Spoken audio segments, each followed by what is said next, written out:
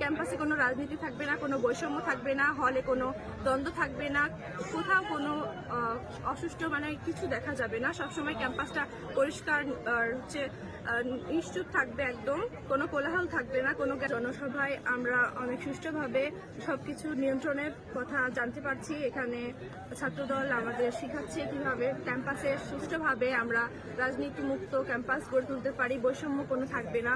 এখানে শিক্ষার যাবতীয় সমস্যা তারা দূর করবে, লাইব্রেরি সংক্রান্ত বিষয়ে তারা আমাদের সাহায্য করবে।